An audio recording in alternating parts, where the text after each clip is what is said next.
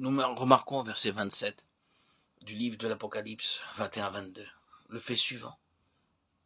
Il n'entrera chez elle rien de souillé, ni personne qui se livre à l'abomination et au mensonge. Il n'entrera que ceux qui sont écrits dans le livre de vie de l'agneau. Oubliez un instant le dernier mot et essayez de saisir toute la valeur des autres termes. Ici, il est question d'avoir accès à cette ville ou d'y trouver une place. Et comment y entre-t-on? Par son amour.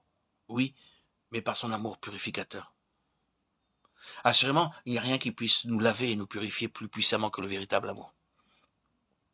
Le Seigneur s'occupe de nous en nous châtiant, oui, en nous infligeant des souffrances disciplinaires. Mais la Bible nous dit explicitement qu'il le fait parce qu'il nous aime.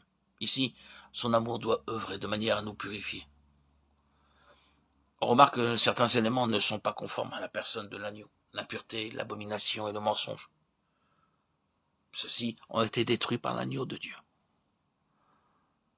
Passons au sens que renferme l'adjectif souillé. L'agneau est sans défaut et sans tache. C'est en lui que tout ce qui est impur et contraire à sa sainteté est détruit. Et c'est par l'amour extraordinairement puissant de la croix qui se présentera à lui-même cette épouse sans tache ni ride, ni rien de semblable. L'abomination est un mot qui nous emmènerait dans des considérations bibliques à n'en plus finir. Et pour l'instant, nous n'osons pas nous étendre là-dessus. Le mot abomination désigne ce que Dieu déteste au plus haut point. Une abomination aux yeux de Dieu. C'est quoi au juste? Si l'orgueil est une abomination aux yeux de Dieu, si l'orgueil est à l'origine de tous les maux, l'orgueil a été trouvé dans le cœur de Lucifer.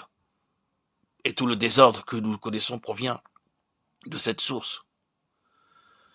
Alors nous comprenons aisément que l'orgueil représente le péché principal et que tout ce qui en est issu est une abomination aux yeux de Dieu.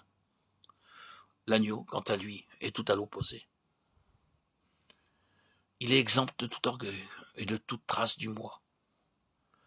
On s'aperçoit que l'agneau est l'emblème de la douceur et que sa personne est étrangère à l'orgueil.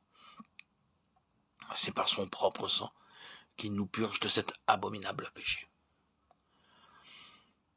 Le mensonge, oui, c'est bien le mensonge ou celui qui est menteur dès le commencement qui est l'initiateur du mal. Tout ce qui est faux, tout ce qui est mensonger, tout ce qui n'est pas absolument clair et transparent ou capable de résister au regard scrutateur de celui dont les yeux sont une flamme de feu, a été endossé par l'agneau. Un état de pureté a été instauré. Ayant la gloire de Dieu, son éclat était semblable à celui d'une pierre très précieuse, d'une pierre de jaspe transparente comme du cristal. C'est la transparence absolue. Dans l'accès à la cité céleste, l'autorisation et le droit d'y pénétrer ne sont possibles que par l'œuvre de la sanctification, par la purification incessante au moyen du sang précieux, et l'application toujours plus profonde de la croix à tout ce qui est mensonge, orgueil et impureté en nous. C'est son amour qui nous sanctifie.